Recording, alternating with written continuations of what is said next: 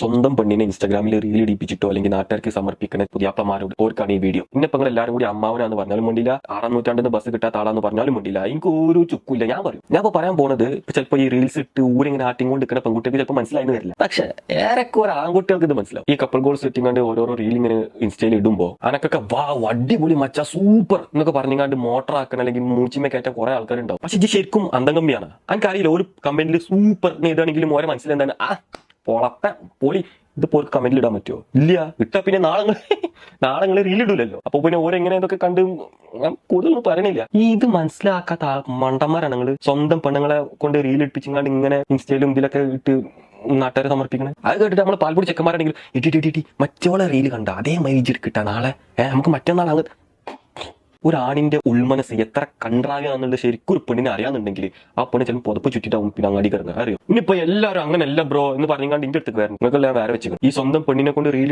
ഇടിപ്പിച്ചുകൊണ്ട് post ചെയ്യാൻ സമ്മതിക്കണ ഈ മാപ്പിളമാരുണ്ടല്ലോ. ഒരു പറയട്ടെ, വേറൊരു റീൽ നിങ്ങൾ കണ്ടു വിചാരിക്കും, നല്ല മുഞ്ചുള്ള ഒരു കുട്ടി നിങ്ങളോട് മുഖത്ത് നോക്കൂലെന്ന് ഉറപ്പാ. അതായത് കുറഞ്ഞതാ ഞാൻ പറയുന്നത്, ഞാൻ കൂടുതൽ 50 പറയുന്നില്ല, കുറഞ്ഞത് നിങ്ങളോളം മൊഞ്ച് ആസ്വദിക്കുണ്ടാവുമല്ലോ. അപ്പൊ പിന്നെ ആലോചിച്ചൊക്കെ എന്റെ പെണ്ണിന്റെ റീൽ ഇങ്ങനെ ഇട്ടാൽ അവിടുന്ന് 20K 50K 100K വ്യൂസ് ഒക്കെ വന്നാൽ ഈ കണ്ട ആൾക്കാരൊക്കെ ഓളം കുറഞ്ഞത് ഓളെ മൊഞ്ചി ഇങ്ങനെ നോക്കിക്കുന്നത് അനക്കൊന്നും തോന്നില്ല.